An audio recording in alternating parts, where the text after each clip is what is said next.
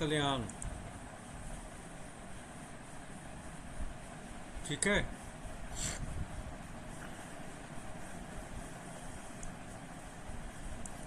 तो बच्चों आज का जो हमारा विषय है वो है, कौन सा विषय आज? Mughal empire and agrarian society. ठीक है, my voice is audible to all? Yes, sir. Yes, sir. Screen is visible to all? Yes, sir. Yes, sir. Okay, तो यहाँ से शुरू करते हैं हम। चैप्टर नंबर 8 है और पीजेंट्स एंड एग्रीकल्चर प्रोडक्शन। ठीक है, ज्योग्राफिकल डाइवर्सिटी क्या है उसके बारे में पढ़ेंगे, और हमने पढ़ना है ऐतिहासिक स्रोतों के बारे में। ठीक है, तो आज का जो चैप्टर है उसके हम नोट्स यहाँ पर बनाते हैं आज। ठीक है, कल हमने नोट्स भेजे थे आपको। ठीक है, चैप्टर 8 है। ठीक है, तो सबसे पहले जो इस चैप्टर को जो पढ़ने का स्रोत है वो क्या है? सोर्सेज है ना, वो है आईन अकबरी। आईन अकबरी, आईन अकबरी किसने लिखी थी? जल्दी से बताइए, बोलो। Ain Akbari was written by Abul Fazl, Wonderful. है ना? नॉट मौजूद है। हाँ जी, नॉट कोर्ट पोइट ऑफ, कौन से राजा का कोर्ट पोइट था ये? लेखक था, Akbar. कोर्ट राइटर, पोइट नहीं, सॉरी, राइटर। किसका था ये? अकबर का, है ना? Akbar. हाँ, अकबर का दरबारी लेखक था ये। ठीक है, और उसके बारे में आज यहाँ हम पढ़ेंगे। तो आईन अकबरी जो है वो हमें बताती है अग्रेरियन रिकॉर्ड्स के बारे में। ठीक है, गुजरात से, महाराष्ट्र से, राजस्थान से, ये सारे रिकॉर्ड इसमें हम पढ़ेंगे। और पीजेंट्स और उनके बारे में बताएगी कि कितने प्रकार के किसान हैं। ठीक है, और उनके लैंड कितने प्रकार की है, क्लासिफिकेशन ऑफ लैंड कितने प्रकार की है, और इरिगेशन और टेक्नोलॉजी कौन सी थी उस समय मुगल काल में, एग्रीकल्चर प्रोडक्शन कैसे होता था, ये सारी चीज़ें पढ़ेंगे हम। ठीक है, क्रॉप कितने प्रकार की होती थी, खरीफ क्रॉप, रबी क्रॉप, और एक जिनस से कामिल होती थी। ठीक है, आगे समझो। तो सबसे पहले हम करते हैं कि जो है क्लासिफिकेशन ऑफ लैंड, भूमि कितने प्रकार की थी, भूमि का वर्गीकरण कैसा था। ठीक है, तो 4 प्रकार की लैंड थी। पहली कौन सी थी? Poles. पोल्स, यस। दूसरी? Proti. हाँ जी, Proti, sir. परोती, Proti. परोती। तीसरी? Sarcha. शस्यर। और चौथी? बंजर। Banjar. हाँ, बंजर। ठीक है, पोल्स क्या थी? जिस पर हर साल खेती होती थी। प्रोती 4-5 साल बाद, है ना, खेती होती थी। ठीक है, शस्यर उससे ज़्यादा, जिसको कई 1-2 साल के लिए खाली छोड़ दिया जाता था, प्रोती है। शस्यर है 5 से 6 साल के लिए छोड़ दिया जाता था खाली। और बंजर है जिसको 8 से 10 साल या बहुत कम खेती होती थी। ठीक है, तो ये क्लासिफिकेशन ऑफ लैंड है, पोल्स, प्रोती, शस्यर और बंजर। ठीक है, इसको नोट कर लेना आप। क्लियर बात? अब है, Sir. हाँ जी, Yes, sir. क्रॉप्स। हाँ, अब है क्रॉप्स पैटर्न क्या था, क्रॉप्स पैटर्न कि फसलें कब कब बोई जाती थी। ठीक है, पहला है खरीफ, और दूसरा है रबी, Rabi. है ना, और एक होती थी जिन्स, जिन्स से कामिल, है ना। Yes, जिन्स से sir. कामिल कौन सी थी? कमाल की फसल, है ना, जो कि, Yes. हाँ, जिन्स से Commercial कामिल का crop. मतलब है कौन सी? Commercial crops, yes, commercial crops, है ना। ठीक है, जिसमें कौन सी आती हैं? Yes, sir. जूट आती है ना, जूट आ गई, है ना, शुगर केन आ गया, ठीक है, कॉटन आ गई, है ना, और जो है इंडिगो थी, है ना, इंडिगो, ठीक है, कितने प्रकार के थे बताओ, कौन बताएगा? दो। सर दो। दो? कौन से? सर दो प्रकार के। कौन से? सर पाई का शक, खुद का शक। सर हाँ, पाही का शक। खुद कास्ट और पाही सर कास्ट। पाही कास्ट का। पाही कास्ट, ठीक है। खुद कास्ट का मतलब था, खुद कास्ट का सर जो मतलब खुद है की जो भूमि अपने पर ही करते गांव थे में है ना, खेती। खेत करते हैं ना, हैं? ठीक है। Yes sir. यस हाँ, सर। ठीक है। इन देयर ऑन विलेज, अपने ही विलेज में खेती करना, ठीक है। दूसरा, अदर प्लेस या अदर दूसरा। विलेज में, दूसरे गांव में जाकर खेती करना, ठीक है। उन्हें क्या कहते थे? पाही कास्ट यस बोलते हैं। सर। कास्ट का मतलब है कास्ट करने वाला, खेती करने वाला, ठीक है। खुद, खुद का मतलब खुद की जमीन पर या खुद के गांव में, ठीक है। और है ना, इन देयर ऑन लैंड, ठीक है। और ये है अदर लैंड या विलेज में, ठीक है। जैसे हम ठेके पे ले लेते हैं जमीन, ठीक है, उसको कहते हैं। कोई और तो नहीं जुड़ रहा? बस इतने ही रहेंगे, ठीक है। तो आगे है देखो, ये तो हो गया पाई कास्ट, खुद कास्ट, ठीक है। अब आती है बारी कि ये जो आइने अकबरी है, ये हमें और क्या बताती है, ठीक है। और भी कई जानकारियां देती है ना, ग्राम पंचायत के बारे में बताती है, ठीक है। ठीक है, विलेज पंचायत, विलेज पंचायत के बारे में बताती है ना। विलेज पंचायत क्या होता था, है ना, एसोसिएशन ऑफ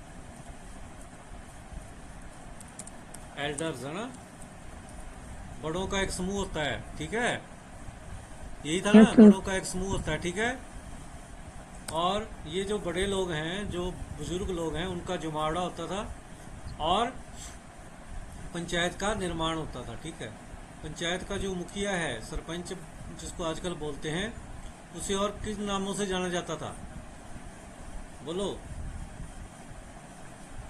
और किन नामों से जाना जाता था बच्चों, बताओ, शाबाश। मुकद्दम। हाँ, मुकद्दम मंडल। हाँ, मंडल सर। मुकद्दम, मंडल, और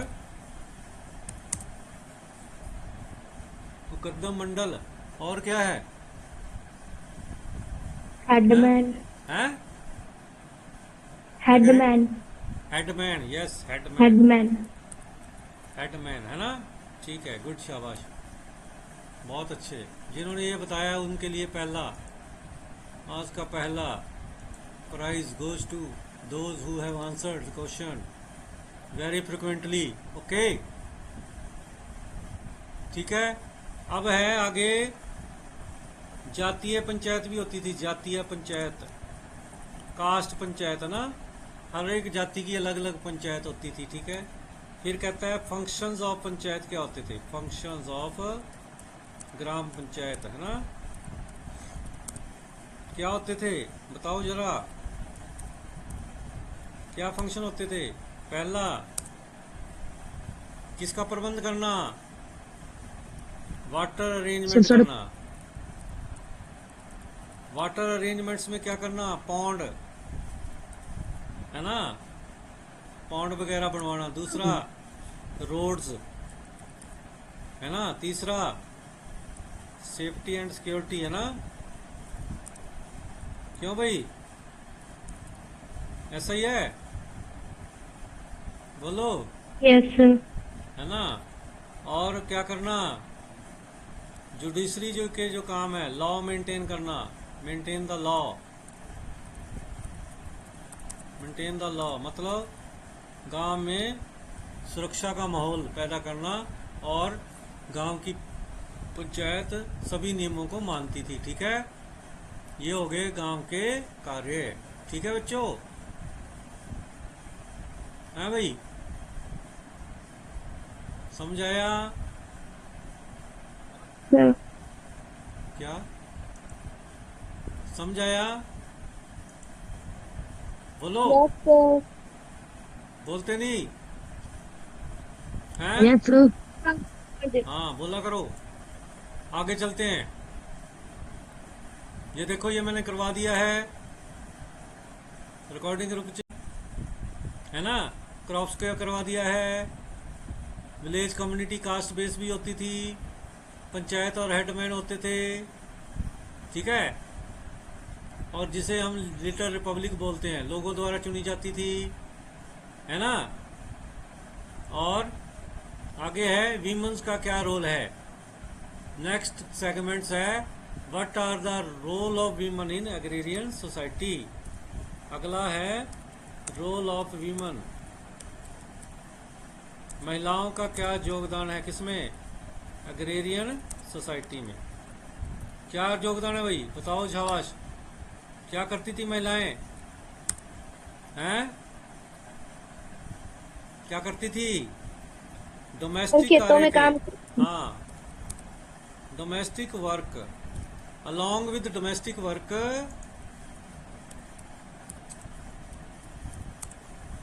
वीमेंस, है ना, performed their duties in fields also, है ना। क्या क्या ड्यूटी करती थी, बोलो। पहला है ना, निराई करना उसकी, ठीक है, हैं, ठीक है। क्या क्या काम करती थी महिलाएं, बोलो। है भाई, बोलते नहीं तुम। ये देखो, प्रोडक्शन में उनका हाल था, ठीक है। और आगे है महिलाएं जो थी वो जो फसल होती है ना, क्रॉप प्रोडक्शन में, क्रॉप प्रोडक्शन में हेल्प करती थी, किसमें, किसका, आदमी का ना, क्रॉप प्रोडक्शन में, ठीक है। दूसरा दूसरा क्या करती थी, बोलो। सोइंग, सोइंग में हेल्प करती थी, कोई फसल बोनी है उसमें, है ना, ठीक है। कटिंग में, फसल को काटना है तो, है ना। और उसकी लुक आफ्टर, क्रॉप की लुक आफ्टर करनी है तो भी महिलाएं ही काम करती थी, ठीक है। क्लियर है बच्चों, हैं। Yes sir. हाँ, अब डोमेस्टिक वर्क क्या करती थी महिलाएं, डोमेस्टिक वर्क में क्या आ गया, देखो, नीटिंग, बुनना, है ना, नीटिंग करना, स्विंग करना, सीलना, ठीक है। क्लियर बच्चों। और कोई आर्टिशन है तो आर्टिशन के काम करना, ठीक है, हैं। क्या चीज, कोई आर्टिशन के काम जो है वो भी कर सकते हैं, ठीक है।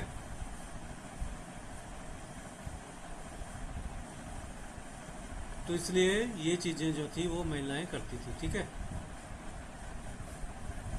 आगे है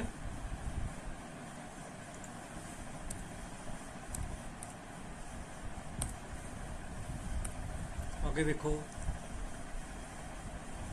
वीमेन हो गया, फॉरेस्ट एंड ट्राइब्स, है ना। अब आईने अकबरी जो है वो ये भी बताती है कि जो फॉरेस्ट में लोग रहते थे ना, फॉरेस्ट ड्वेलर्स, फॉरेस्ट ड्वेलर में कौन से लोग रहते हैं, है ना, जो जंगली होते हैं, ट्राइब्स बड़े लोग, है ना, ट्राइब्स, उनके बारे में भी बताते हैं ये कि वो लोग जो हैं वो जंगलों में रहते हैं और जंगलों से ही अपनी आजीविका कमाते हैं, ठीक है। और वो हंटिंग करते हैं, शिफ्टिंग एग्रीकल्चर करते हैं, और जंगल ही उनके लिए क्या है, एक आश्रय गृह है, ठीक है, डिफेंस के लिए भी है। और हाथियों की जो पूर्ति करता है, जो राजा हाथी पालता है, उसकी जो पूर्ति होती है वो कहाँ से होती है, जंगलों से होती है। और राजा जब शिकार करने के लिए जाता है तो जंगलों में जाता है, और इसलिए वहाँ पर उसे इन जंगली जो लोग हैं उनकी सहायता मिलती है, ठीक है। ये आईने अकबरी बताती है, ठीक है बच्चों। Hello. Yes, sir. Yes, sir. हाँ, आगे कहता है कि 16वीं और 17वीं शताब्दी में 50 में आज भी 70 to 75% जो पॉपुलेशन इंडिया की वो गांव में रहती है, ठीक है। और सबका एक ही काम था, क्या? खेती करना, ठीक है। और इसी खेती का जो एक टैक्स होता था जो फसल के ऊपर लगता था, वो राजा की आमदनी होती थी, ठीक है। आगे देखो, पंचायत का जो हेडमैन था उसको मुकद्दम और मंडल भी कहते हैं, ठीक है। और हमें आईने अकबरी ये भी बताती कि राजस्थान, गुजरात और महाराष्ट्र में जो था रिकॉर्ड होता था, और महिलाएं कई गांवों में पंचायत को चलाती थी, ठीक है। आगे देखो, आगे देखो, जमींदार जो होते थे ना, मुगल काल में भी जमींदारी सिस्टम था, ठीक है। जमींदारी सिस्टम, जमींदारी, जमींदार सिस्टम जो था वो मुगल काल से ही है, ठीक है, मुगल पीरियड से ही है। और ये जो जमींदार होते थे इनको अपनी मलकियत होती थी, मलकियत, मलकियत होती है मालिकाना हक, ठीक है। अपनी जमीनों पर मालिकाना हक होता था इनका, ठीक है। ये देखो मलकियत शब्द आया, मीनिंग प्रॉपर्टी। मलकियत का मतलब होता है प्रॉपर्टी, ठीक है ना। और जमींदारों की प्राइवेट यूज के लिए ये प्रॉपर्टी होती थी जिसे मलकियत बोलते हैं, ठीक है।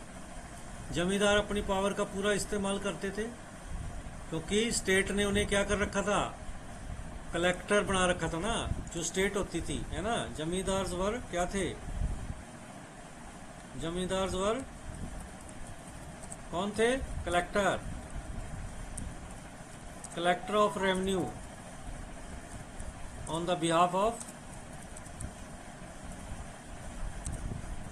किंग, है ना, राजा के, है ना, जो भी एम्परर है उसके बिहाफ पर जमींदार जो थे वो क्या करते थे, टैक्स लेते थे, ठीक है।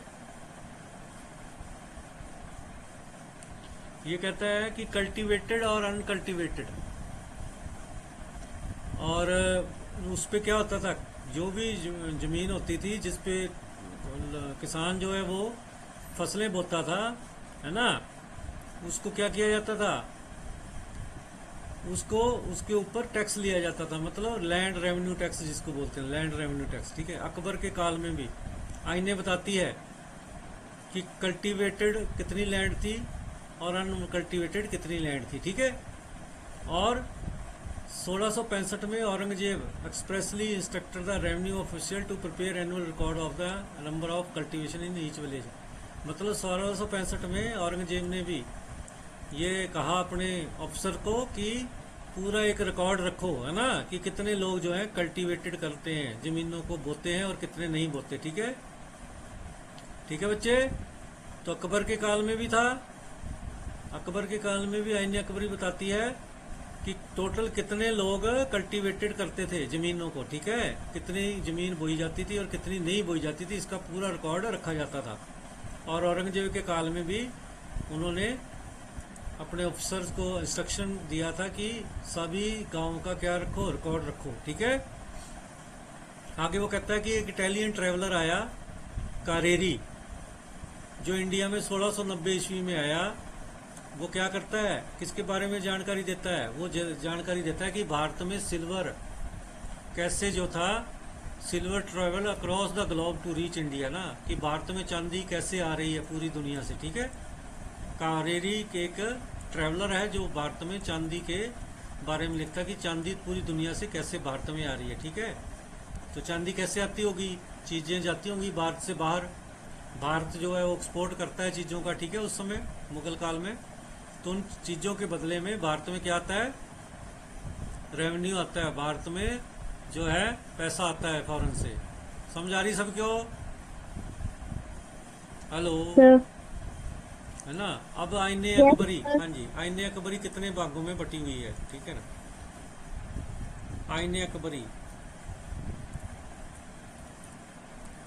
आईने अकबरी 5 पार्ट्स में बदली हुई है ना। आईने अकबरी के कितने दफ्तर हैं, है ना, 5 बुक्स हैं, 5 दफ्तर हैं, और 3 बुक्स जो हैं वो एडमिनिस्ट्रेशन के बारे में बताती हैं, ठीक है बच्चों। तो कौन कौन से इसके पार्ट हैं पता है किसी को?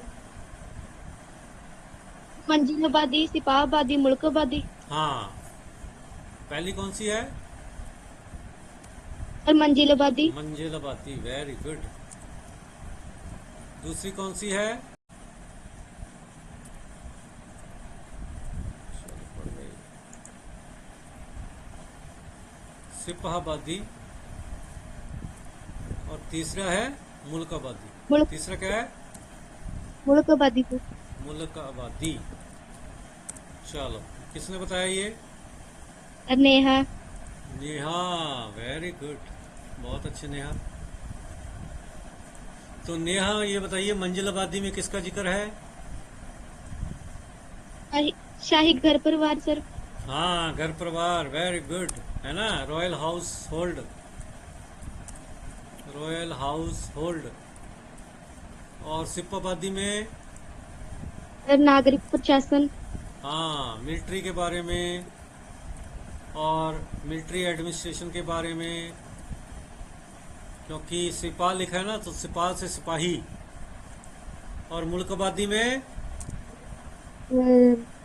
वित्तीय। हाँ, फाइनेंशियल, यस। फाइनेंशियल जो एडमिनिस्ट्रेशन है उसके बारे में, ठीक है। टैक्स कितना लगाना है, ठीक है, रेवेन्यू टैक्स कितना होना चाहिए, ये सारी चीज़ें जो हैं वो मुल्क आबादी में दी गई हैं, ठीक है। और आगे ये कहता है कितने, क्या कहा जाता है इनको, 5 बुक्स को दफ्तर बोला जाता है, ठीक है। और ये हमें पूरी मुगल एम्पायर के बारे में जानकारी देती हैं, ठीक है। आगे पीजेंट्स के बारे में, ठीक है। पीजेंट्स में गांव में पीजेंट होते हैं, उसके बारे में हमें बता दिया अभी पहले। और आगे कहता है पीजेंट्स और देयर लैंड, है ना। पीजेंट्स, रेत भी कहते हैं पीजेंट्स को, ठीक है, रेत, रियाया, मुजारियन भी कहते हैं, किसान भी कहते हैं, सामी भी कहते हैं। देखो कितने नाम है, ये इंपॉर्टेंट है, इसको याद कर लो। जो किसान है उसे रेत भी बोलते हैं, रेत। मुजारियन भी बोलते हैं, मुजारियन। किसान भी बोलते हैं और असामी भी बोलते हैं, ठीक है। ये याद रख लेना थोड़ा, ठीक है। ये आगे, सर। हाँ जी, दोबारा देख लो, दोबारा देख लो, देख लिया, ठीक है। मुजारियन, किसान और असामी। और किसान दो प्रकार के, खुद काश्त, पाई काश्त, ठीक है, ये हमने कर ही लिया पहले। और किसान के पास क्या होता था, एवरेज, एक इंडियन किसान के पास नॉर्थ इंडिया में एक जोड़ी बैलगाड़ी, वो बैलों की गाड़ी और 2 हल होते थे, ठीक है। और इससे भी कम होते थे कई बार। कहता है कि भारत में जो किसानों की स्थिति थी वो ठीक नहीं थी, क्योंकि उनके पास एक जोड़ी बैल और 2 हल होते थे, कईयों के पास ये भी नहीं होता था। गुजरात में 6 एकड़ ऑफ लैंड का जो आदमी होता था बहुत अच्छा माना जाता था। बंगाल में भी 5 एकड़, ठीक है ना, 5 एकड़ से ज़्यादा नहीं थी ज़मीन लोगों के पास, ठीक है। और किसान अपनी भूमि को दूसरों को बेच सकता था, इंडिविजुअल ओनरशिप नहीं था, है ना। इंडिविजुअल ओनरशिप का मतलब होता है व्यक्तिगत जो मालिकाना हक है ना, वो हम किसी और को भी दे सकते थे, ठीक है, दूसरों को भी वो बेच सकता है, जैसे आजकल भी लोग ज़मीन एक दूसरे को बेच सकते हैं। अब आगे आता है इरिगेशन। इरिगेशन का मतलब होता है सिंचाई कैसी होती थी। मानसून पर आधारित होती थी भारत में कृषि। आईना अकबरी बताती है कि भारत में जो कृषि थी वो मानसून आधारित थी, है ना। और कई ऐसी फसलें हैं जिनको बहुत सारा पानी चाहिए, जैसे कौन सी फसल है जिसको ज़्यादा पानी चाहिए, सबसे ज़्यादा पानी चाहिए गन्ने को, उसके बाद राइस को, ठीक है। और आर्टिफिशियल सिस्टम भी था इरिगेशन का, ठीक है, उस समय, जिसे रेहट बोलते हैं, जिसे रेहट बोलते हैं। रेहट प्रणाली क्या थी, रेहट पता है, रेहट प्रणाली है बच्चों, रेहट सिस्टम, रेहट system of water of irrigation, बताएगा कोई, है भाई?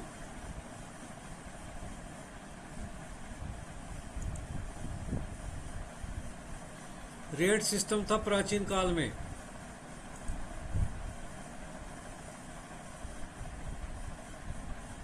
ठीक है, ये वाला देख कि सो गए हैं बच्चे, नहीं सर, जाग रहे हैं। जाग रहे हैं ना? ठीक है, तो हाँ सर।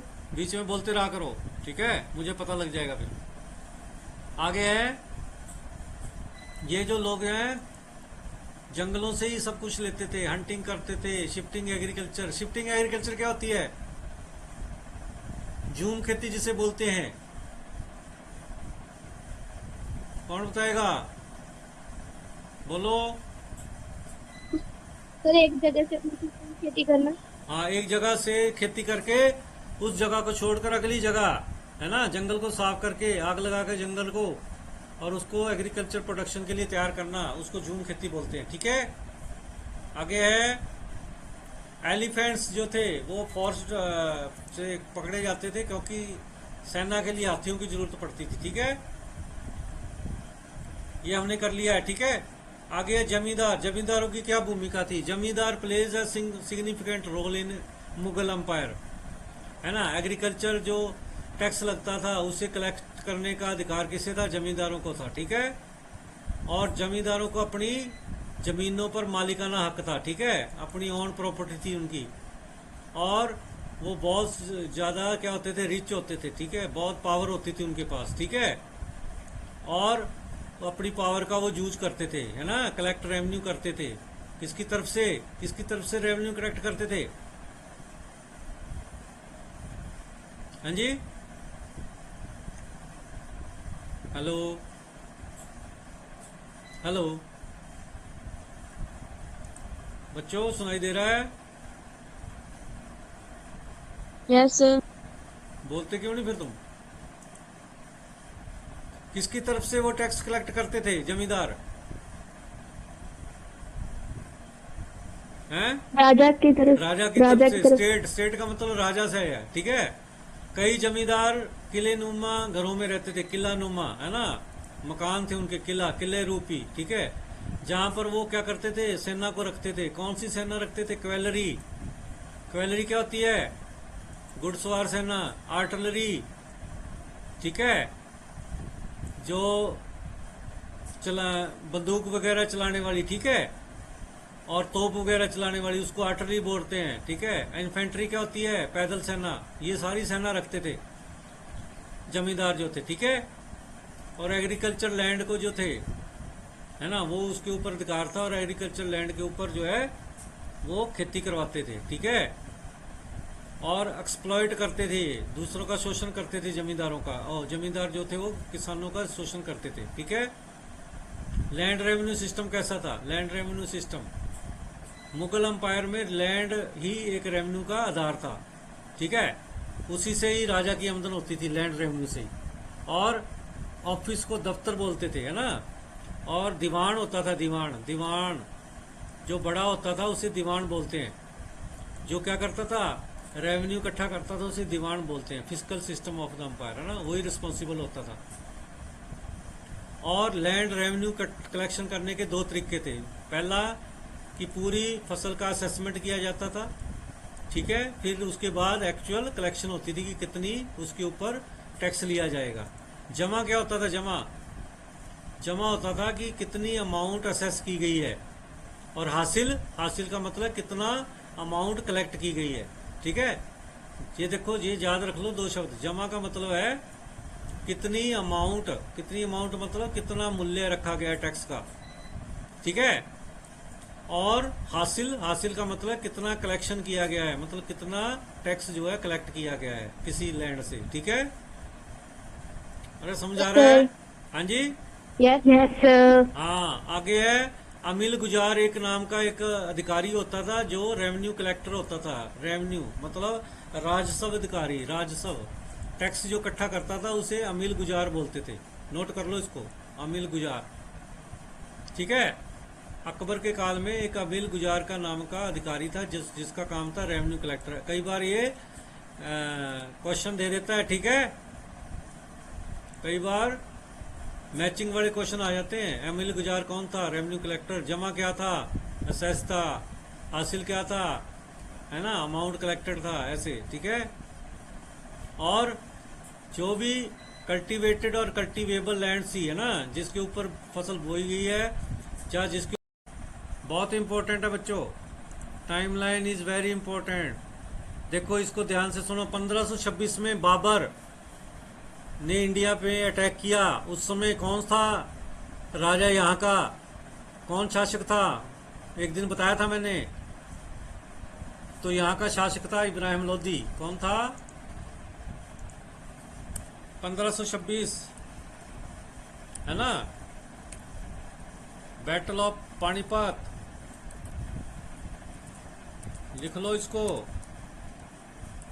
बैटल ऑफ पानीपत, है ना। Fought between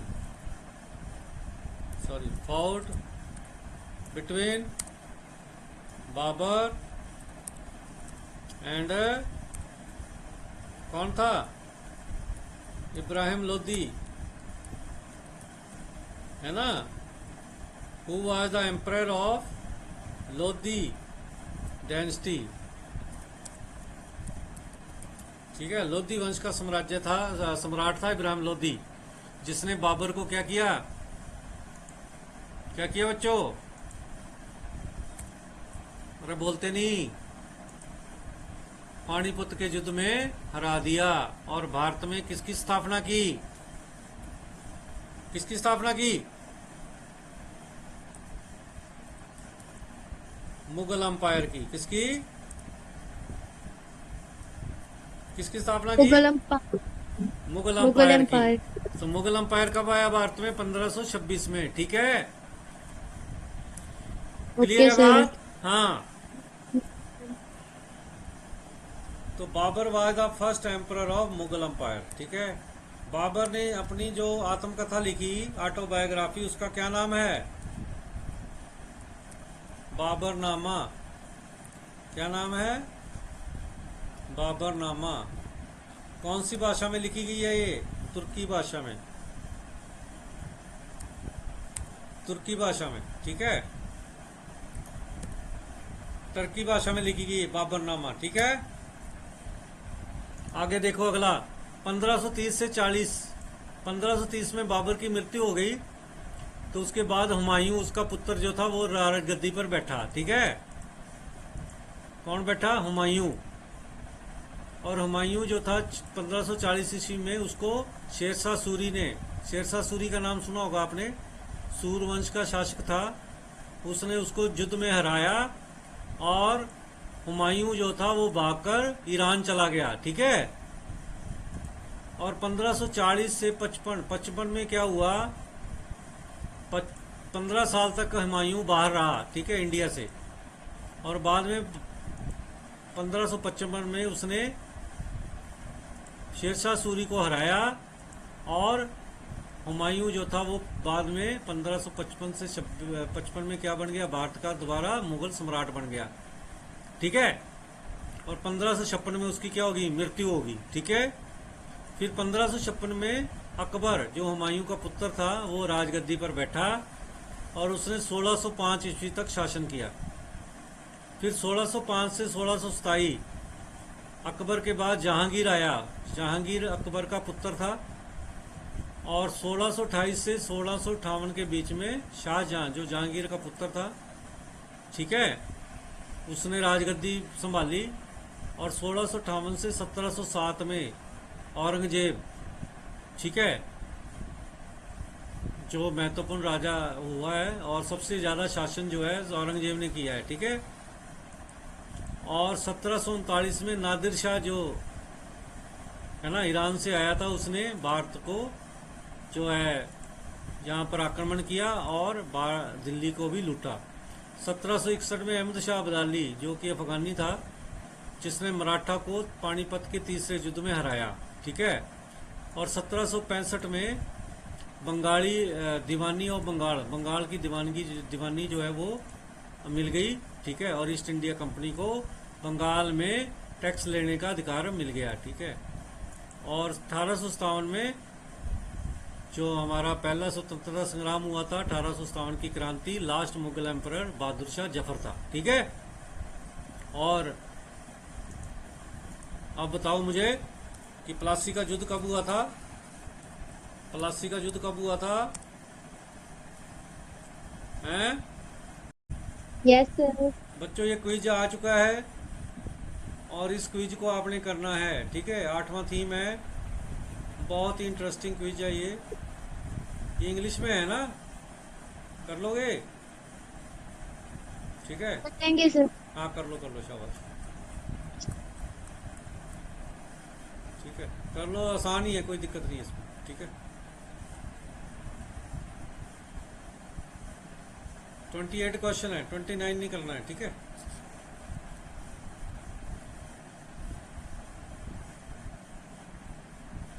there are 28 question only.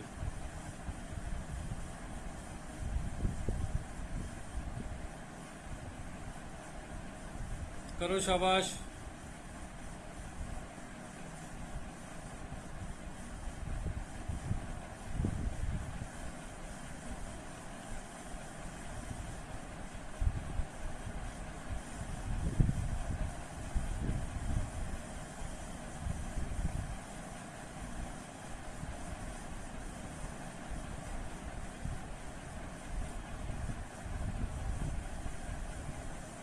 ठीक है बच्चों।